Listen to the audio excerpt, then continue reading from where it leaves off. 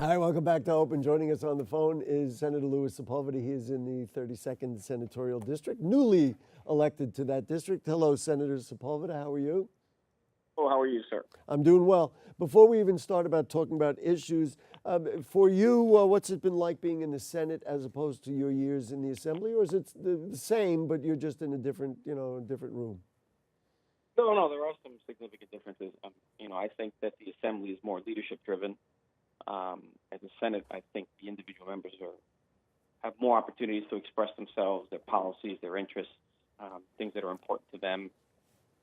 So there is a difference, and it's a smaller chamber, so you have more people in the Assembly have to be heard as opposed to less people in the Senate.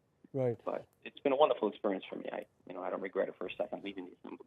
Well, knowing you for many years, I think you undoubtedly relish the opportunity to really, have your say. Have you felt, now I forget already what the timing was, you've been there for several months. Have you felt like you've actually been able to get things done, or has it been, eventually I'll get there because, I haven't been in the Senate all that long? Oh no. I think if you look, while I was in the Assembly, I proposed about 200 pieces, either as a prime sponsor, co-sponsor, but significantly about 200 pieces of legislation, and I'd say about maybe 10 to 15 got out of the Assembly.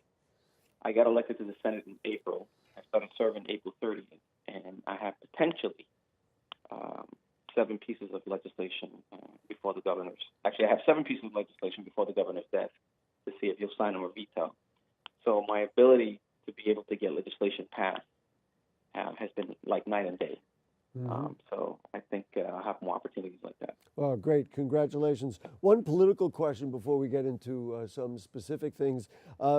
Clearly, there is going to be a shift in the Democrats who are, whether or not you overtake, the majority, but there's a shift because of victories of, for example, at least in the primary of Alessandra Biaggi and others who challenged former IDC members. Do you get a sense from your colleagues that, wow, it's a new day, or do you get the sense that there's a little pushback? Just talk to me about the tenor of what's going on in the state Senate. Well, we haven't met as a body with the new potential members. Remember, we still have a November election, Right. and some of them do have. Rachel May will have a more difficult election than most people think.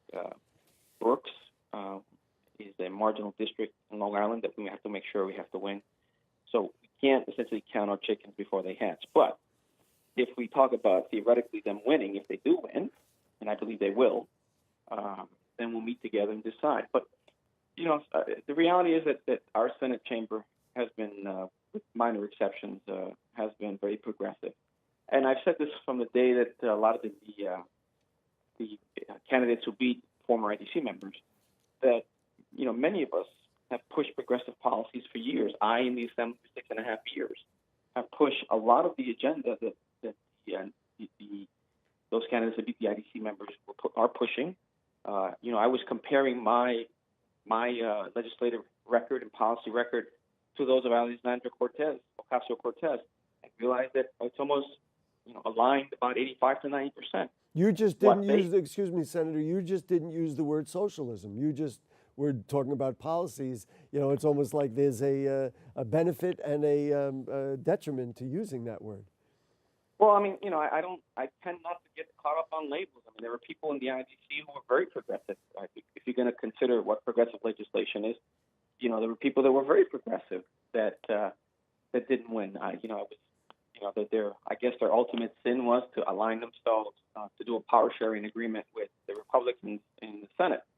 But I think what these new members or potential new members have done is they've done a far better job of letting people know what their policies are, what their legislation, what they want their legislation to be. They've done a better job through social media, and that's something that many of us are now making sure that doesn't happen again. But we've done a better job of pushing and announcing and letting people know what our policies are through the use of social media. Right. You look at, in the case of Jeff Klein. Jeff Klein spent approximately $3 million in his campaign, but he was outspent 5-1 on social media. And that was a by big Biaggi. difference. Yeah. Let's just move into a couple of issues, Senator. clearly, we've all heard about the lead poisoning problem in NYCHA and even in other places. Talk to me about your action and interest in fighting that issue in the Bronx.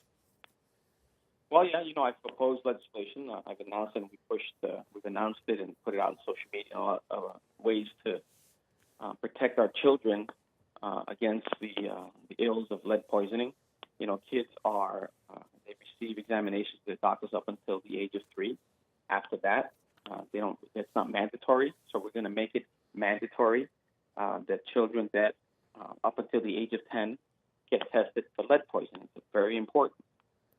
That lead poisoning can cause all kinds of manifestations of lead poisoning are terrible. They cause educational problems, health problems, and it can even cause death if not taken care of immediately.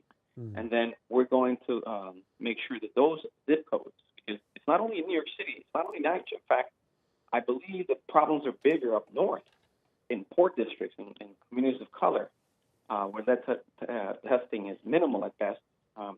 We're going to make sure that those zip codes that, in fact, have a high level of lead poisoning situations among children, that those zip codes get additional attention and resources. And then if anyone's found to have lead poisoning, to make sure that we bring all the resources to bear to protect these children. And by the way, it's not just children, Gary. It's also adults. Oh, of course. When I hear you speak about it, I mean, all I can think of is it just feels like common sense. I mean, it seems like, how can we not be doing this? Give me one, we're just about to run out of time. Give me one item that's on your agenda that you haven't publicized, that's not out there yet, that as you look at January 1st, when you start a new session, that you're going to say, this is what I really want to see, not only you do, but the entire Senate get behind? Well, it's difficult to pinpoint just one, Gary, but right now, if you look at making voting in the state of New York a lot easier, change a lot of our arcane laws, make it, you allow early voting, allow registration in multiple areas to make it easier rather than more difficult to vote.